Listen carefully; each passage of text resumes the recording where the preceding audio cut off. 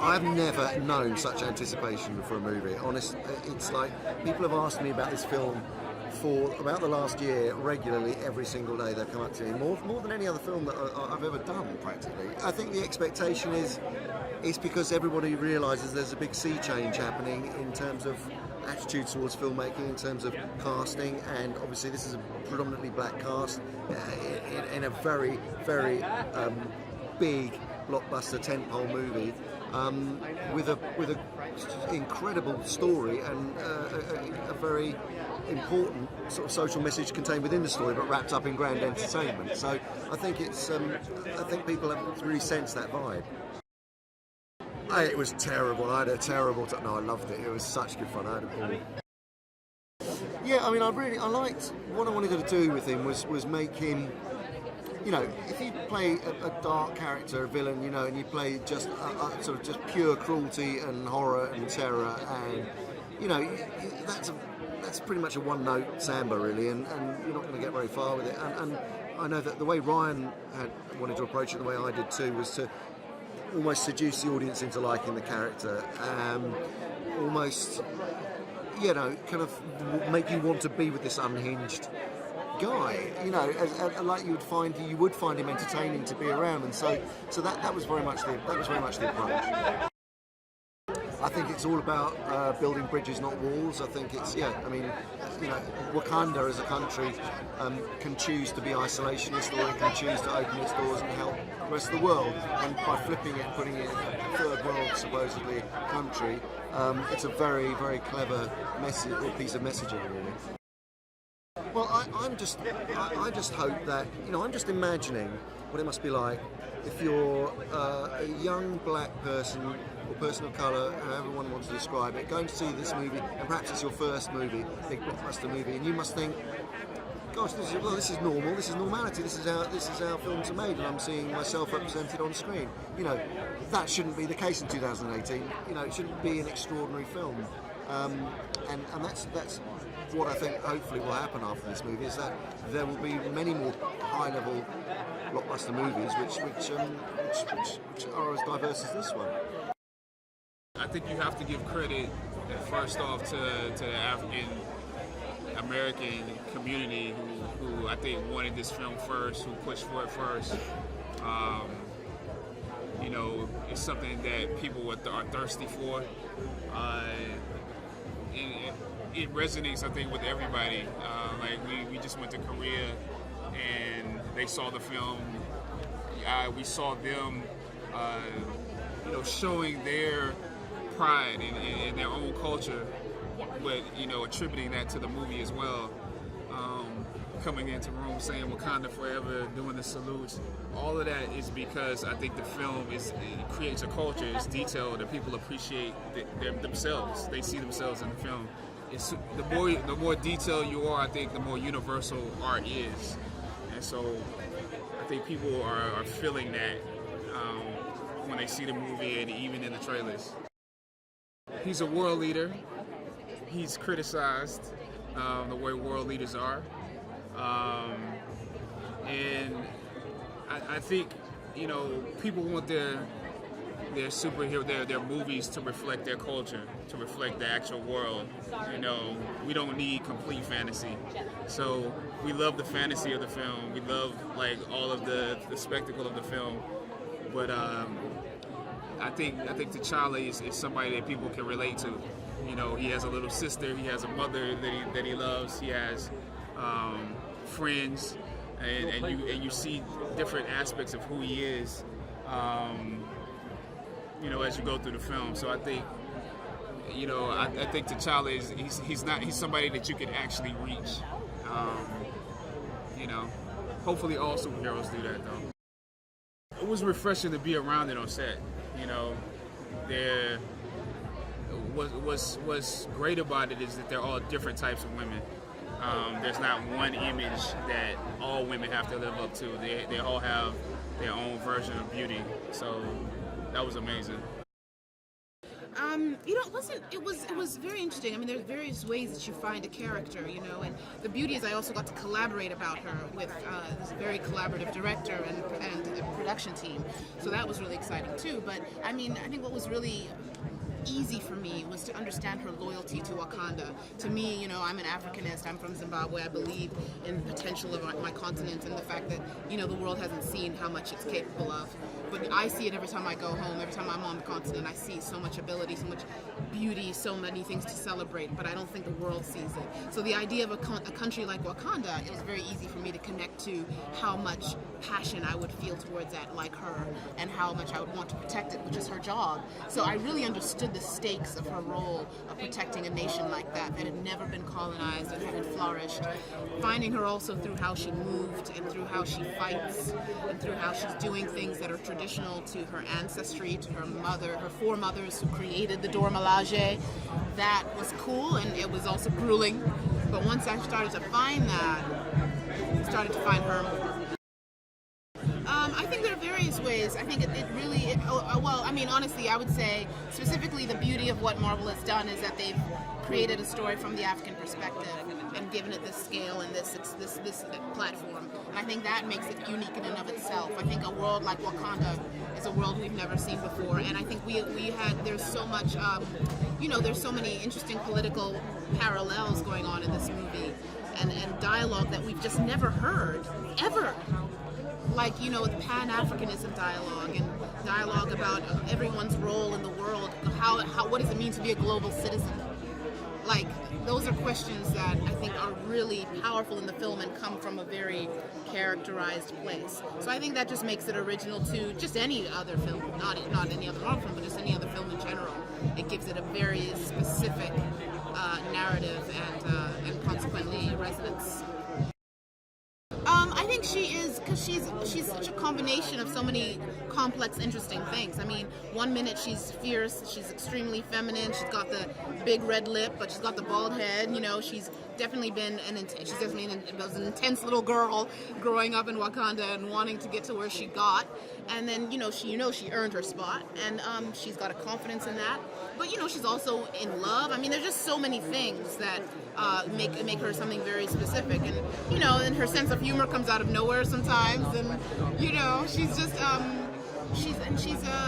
she's willing to exert all she has in a dedication to her belief in the sovereignty and the beauty of her people and her nation. And I love that about her. Well, I think it's something that happens all the time throughout the world. I think we finally just got to see it actually illustrated.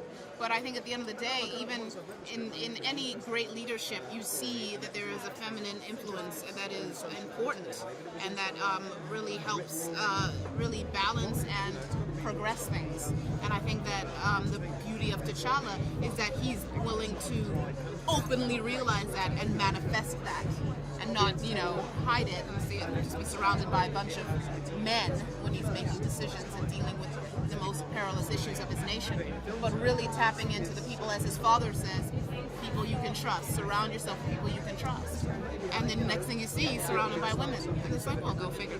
But, I love the example that sets. Also in the leadership that he manifests. And that he's smart enough and confident enough as a man and as a leader to take that route. My character is called Wakabi. He's a leader of the border tribe, and he basically is kind of like a metaphor for Wakanda. He's got this blanket, and then all the tribe have this blanket where they hide what they have and they hide how powerful they are, and which is kind of like Wakanda, where it hides what it has in order for the outside world, and it protects the borders and whoever goes in and out. And he's T'Challa's best friend. It's called Black Panther. Ryan Coogler. What else you want? Chadwick Boseman, Lupita, what's that? Michael B. Jordan. Like, I can go on for days, bro. I think that's what we hear. He's I mean, there's a scene when T'Chaka says, if a son isn't prepared for his father's death, he's failed as a father. And that's what this is about. It's about how the next generation and how does Wakanda grow after T'Chaka's death. And I think grief is a huge theme in this film. It's how people deal with grief and how it informs who they are moving forward is something that struck that came out to me when I watched it for the first time. So yeah, and pain, you know, and displacement, and especially when you're from an African community but feel out of place by it because you don't understand the culture and the language and XYZ. So yeah, that's what the themes that really stuck out to me. It's kind of like it's a ride, it's an experience, and that, like, you know, it's to try and take on another perspective if they haven't seen it before. So I'm bringing people together, and then, like, hopefully you had a good time. Yeah. It's always the year, bro. Every year is the year. That's how I feel, and I'm happy it's this year. But I feel like this is a good film, and Ryan Coogler's really brought it home and really made something special. And when it's something special, it's really important. You know what I mean? Well, Ayo is a member of the Dora Milaje, and she is a warrior. She and her colleagues, they protect Wakanda and the royal family. It's good. I like it, I really enjoy it. If you were allowed to be on this road and produce this movie, that's already more than I ever expected, you know? So that's the biggest gift ever. I hope I will see more of that. I hope that people will see the movie and realize, oh, there's a great potential in women and they can do, because I was waiting for that also, you know, like to be able to play a character like that. So I hope that people will see it and understand that this is what we can do too, although we're women. I train anyway, and when we started with the movie, I had to learn to work with a weapon, and the spear is not my favorite weapon, but they really prepared as well. So with basic drills, and we had to get a good condition, being able to physically and mentally be ready to do this for weeks, and we obviously survived. I'm still reacting. I have to still process it, and I'm happy that I can see it another time because there's so much. Although I'm in the movie and I know what happens, it's still overwhelming. Especially hope for young people to go out of the movie and think, wow, that was a great experience, and maybe I want to train, or maybe I can see myself being the technician, or, you know, like a leader. You have a lot of role models, male and female, in this movie, and I think this is something people can learn from. It feels good. It feels really, really good, and it feels good to have the support in the US and around the world, and also back here in London. So I'm really proud to bring this home. It was amazing to play her. The aspects that I love about her, she's just a kid, you know, and you can relate to her. You know, she's not so far away. She's super intelligent and love to work with vibranium and help her brother, but she's still relatable. Like, every kid can be like, hey, I can be Shuri. I hope people can be inspired. You know, I know that everybody's going to take their own personal things away, but I can only hope that people can be inspired, and it can open the door for more films like this to be made. It's majorly important. It's an unconquered nation, so they have the freedom to try out new things and test new things, and it just shows where technology can go in the future. So yeah, it's gonna inspire the next brain to make a kimono bead and do all of that amazing stuff. Yeah. Man, I feel like it could have been made any time, and it could have been made 10 years ago, but this just seems like the right time, the right director, the right cast, and it's just necessary. It's necessary, the climate that we're in, you know, we need to be inspired, we need to see something different, we need to see just something just amazing. So altogether, it's a good time for it to be made, so why not? I think it's really important to see women in different lights and to see women have agency and power, because it's reflective of the women who actually exist in this world. Ryan really wanted to tell a story where women played a role similar to the kinds of role women play in his life. And so what we have is really powerful women, and they're really different, and they're different in their power. And them assuming their power doesn't in any way diminish the male power. And I think it's a beautiful image of what is possible in the world, you know, if we just get out of each other's way and allow each other to realize our full potential.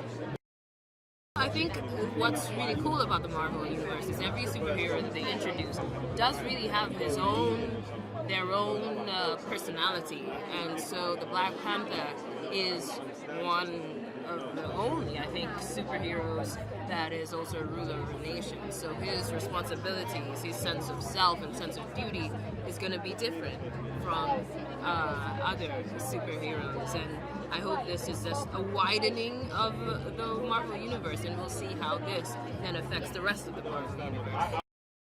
I liked the fact that she is this independent woman and she is this lone wolf that also has a real sense of loyalty to her country. I love that she's stealthy and goes under the radar, and she has all these skills. I love how well she fights as well, how intelligent she is, and I love the effect she has on the king. Well, I hope it sparks a long overdue conversation, a Pan-African conversation. I hope people are able to relate to it. I hope it sparks questions and debate about who are we and who are our people. You know, what are borders? What do borders mean to us? You know, I think that's an important conversation for all of us to have, honestly.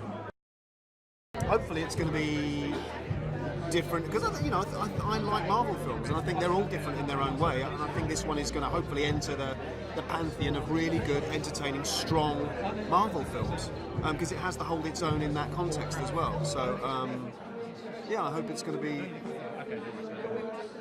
be one of the good ones of those. Yeah. There are so many aspects of it, design, everything. I think the aesthetic of it I really, really love.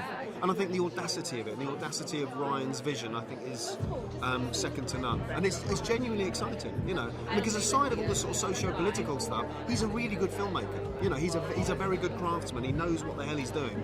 And I'm looking forward to people who maybe haven't seen Fruitvale Station or Creed getting onto this and going, wow, this guy is going to be around, please God, for a very long time.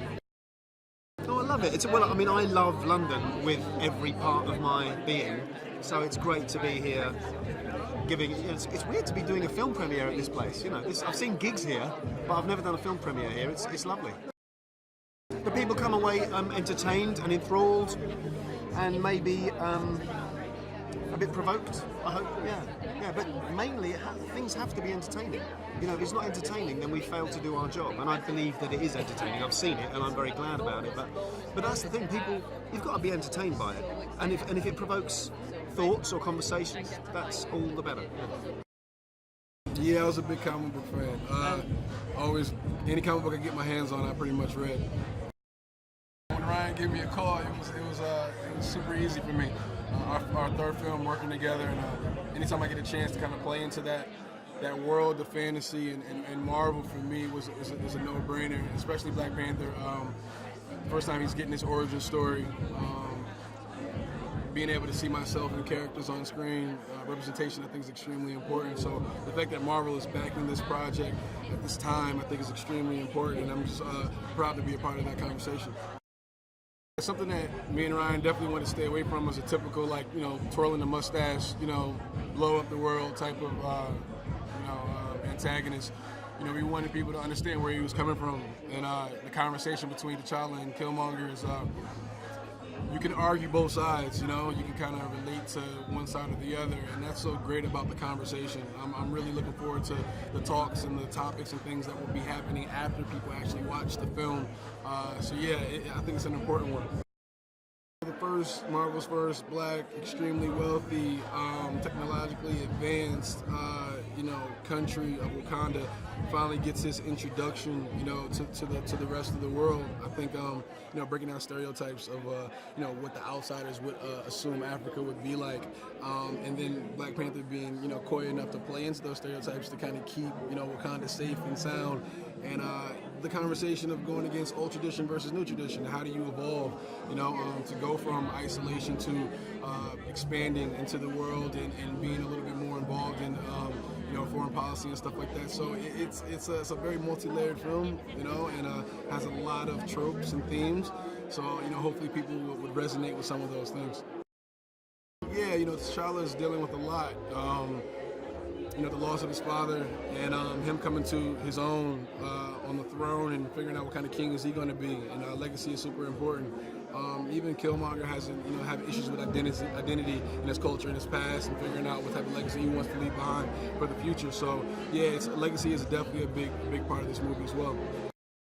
I think he has a strong sense. He doesn't, you know, and I think that's the thing with Killmonger. He had his identity and his culture kind of stripped from him and lack thereof. So he's trying to find out exactly what that means to him, and in the process, you know, getting a little revenge. So yeah, it's an epic movie, you know, multi-layered, action-packed, and hopefully people will take away from it more than just the just the superhero aspect of it all.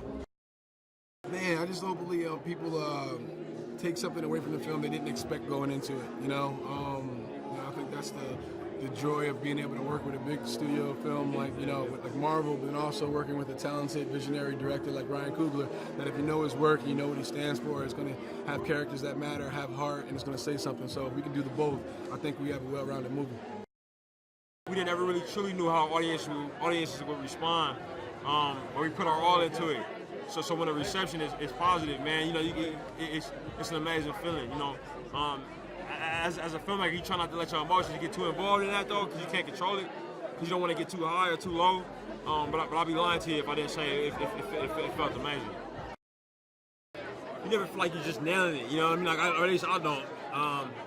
You always feel like you're getting at something, you're getting there, you know, and then you got to move on with your time. We had amazing actors, you know, and a lot of talent behind the camera as well. So pretty much when people showed up, it would always feel substantial, you know. But I always felt like my job was to try to keep pushing and keep digging, you know what I mean? Like and try to keep getting at the truth or whatever the moment was or whatever the scene was, the situation, the character. But it was never a moment like, yeah, we got it, you know. I feel like art's not like that, you know. It's such an inexact science, you know. You never know. I'm a comic book fan, you know, and I've also had experience doing something similar. And I also read comics, and comics, that's how they work. You know, like you read a Black Panther comic, you know that the X-Men or the Fantastic Four are around somewhere. Sometimes they show up, sometimes they don't, you know, but it exists in a larger context. So I was relatively comfortable with the concept. I mean, yeah, he's an amazing artist. You know, like I had a chance to meet him before this, working relationship on this project. You know, and I worked with an incredible composer, Lupita, who did our score, and we would always talk about, the potential, the idea of working with an artist who can do an album, around the film. You know what I mean? And so when the opportunity came up to work with Kendrick, we jumped at it, man. And through him, we got to work with some amazing artists like The Weeknd and so many other really great ones in that.